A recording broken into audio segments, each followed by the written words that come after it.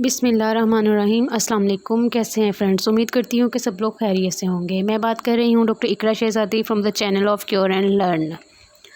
आज का जो हमारा टॉपिक है वो बहुत ही इम्पॉर्टेंट है और हर पेशेंट जो है वो तकरीबन इनमें से किसी न किसी फैक्टर्स में मुब्तला है। सो मैंने सोचा कि इसके बारे में इंफॉर्मेशन दे देनी चाहिए जी। तो आज का जो हमारा टॉपिक है वो है G factors, high risk factors affect during pregnancy. यानी प्रेगनेंसी के दौरान वो कौन से हाई रिस्क फैक्टर्स हैं, कौन सी ऐसी कॉम्प्लिकेशंस हो सकती हैं जो मदर और फीटस दोनों को अफेक्ट कर सकती हैं जी। तो ऐसी बहुत सारी हैं, मैं आपको वन बाय वन सारी जो हैं वो डिटेल में बता दूँगी।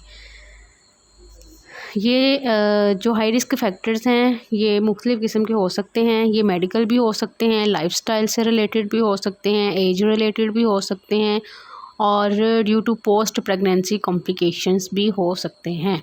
यानी कि अगर आपको पिछली प्रेगनेंसी में कोई कॉम्प्लिकेशंस रही है तो वो नेक्स्ट प्रेगनेंसी में भी अफेक्ट कर सकती है। लेकिन यहाँ मैं आपको कुछ हाई रिस्क फैक्टर्स जो हैं हाईलाइट करूँगी। उनमें सबसे पहले है मैटरनल एज।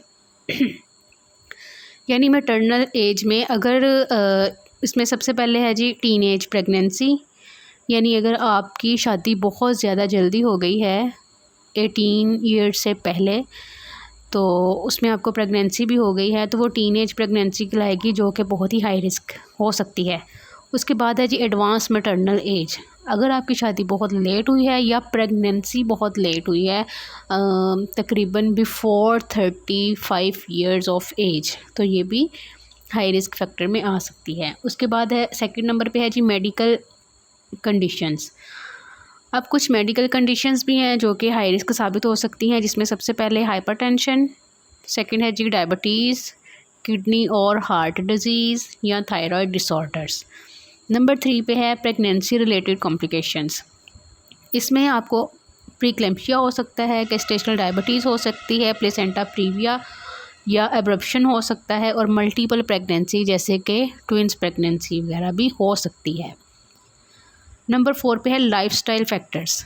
लाइफस्टाइल फैक्टर्स में अगर पेशेंट जो प्रेग्नेंट लेडी है वो स्मोकिंग कर रही है या अल्कोहल और अदर ड्रग्स यूज़ करती है या पुअर न्यूट्रिशन है या वो बहुत ज़्यादा स्ट्रेस लेती है, तो ये भी हाई रिस्क साबित हो सकते हैं। नंबर 5 पे है ओबेसिटी और अंडरवेट। ओबेसिटी यानी अगर प्रेग्नेंट लेडी जो है वो बहुत ज़्यादा फैटी है, बहुत ज़्यादा मोटी है, तो भी हाई रिस्क साबित हो सकती है, और अगर वो अंडरवेट है तो भी। नंबर 6 पे है इन्फेक्शन। इन्फेक्शन में सेक्सुअली ट्रांसमिटेड इन्फेक्शन या यूरिनरी ट्रैक्ट इन्फेक्शन, इसके अलावा अदर इन्फेक्शंस जो हैं वो भी हाई रिस्क साबित हो सकती हैं। Number 7 previous pregnancy complications. जैसा कि मैंने आपको ऊपर भी बताया था कि अगर आपको पिछली प्रेगनेंसी में कोई कॉम्प्लिकेशंस रही है तो वो अगली प्रेगनेंसी में भी आप पे अफेक्ट करेगी, जिसमें है history of miscarriage, still birth, pre term labour और सिजेरियन सेक्शन वगैरह।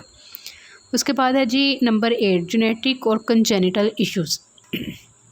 यानी अगर आपको विरासती कोई मसाइल का सामना करना पड़ रहा है, आपकी मदर या सिस्टर या कोई भी मतलब फैमिली में जिस इशू जो भी इशू रखता है या जिस भी फैक्टर्स से वो अफेक्ट है, तो वो आपको भी हो सकता है। ये था जी हमारा आज का टॉपिक। इसके साथ ही मैं आपसे इजाज़त चाहती हूँ और उम्मीद करती हूँ कि आपको मेरी ये वीडियो पसंद आई होगी। अल्लाह हाफिज़।